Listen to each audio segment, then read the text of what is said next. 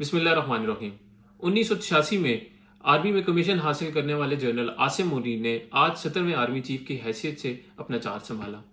آج پنڈی میں army hockey stadium کی ایک پروقار تقریب میں جنرل قمر باجوہ سے اپنا چارج لیا۔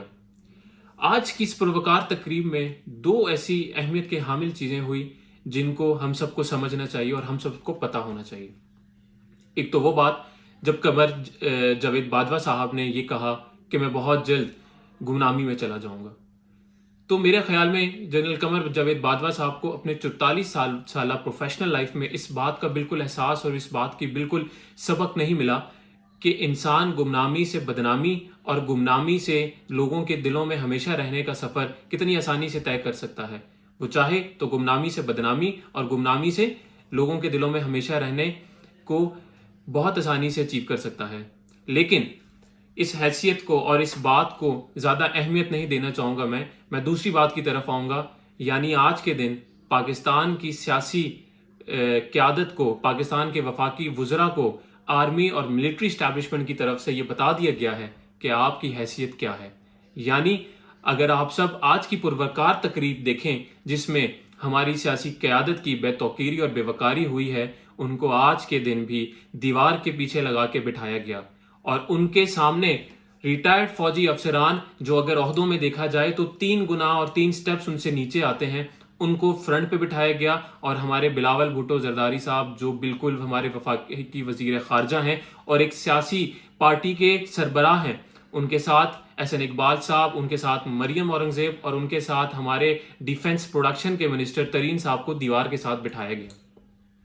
اس بے شرمی کی انتہا، اس بے توقیری کی انتہا ان کو شاید محسوس نہیں ہوئی، لیکن میرا جیسا ایک عام پاکستانی اس بات کو سمجھ چکا ہے کہ ہماری سیاسی قیادت انتہائی نااہل ہے، جن کو اپنے ساتھ ہونے والی بےعزتی، بے شرمی اور ان کو ان کا حق اور ان کی جائز جگہ اگر نہیں دی گئی تو ان کو کچھ محسوس نہیں ہوا۔ ایسی سیاسی قیادت ایک عام پاکستانی کو کیا حق دے گی، کیا عزت دے گی اور کیا بے توقیری سے بچائے گی، جن کو اپنی بے شرمی، اپنی بے توقیری اور اپنی بےعزتی کا ذرا برابر اندازہ اور احساس ہی نہیں ہے۔ آج پھر اس سیاسی قیادت کو بتا دیا گیا کہ تم کرپٹ ہو، تم بے توقیر ہو، تم بے عزت ہو، تم بے شرم ہو، لیکن ہم پاکستانی عزت دار ہیں، ہم بے شرم نہیں ہیں، ہم اپنی وقار پہ بالکل سمجھوتا نہیں کریں گے۔ ایسی سیاسی قیادت کو ہمیں، ان کو یہ پیغام ہے، اس پیغام کے ساتھ اور اس ایڈوائس کے ساتھ کہ آپ کو ابھی بھی سمجھنا ہے کہ آپ نے بدنامی سے گمنامی کی طرف جانا ہے یا بدنامی سے لوگوں کے دلوں میں ہمیشہ زندہ رہنا ہے، اس امید کے ساتھ کہ اللہ ہماری سیاسی قیادت کو وہ عزت، وہ وقار،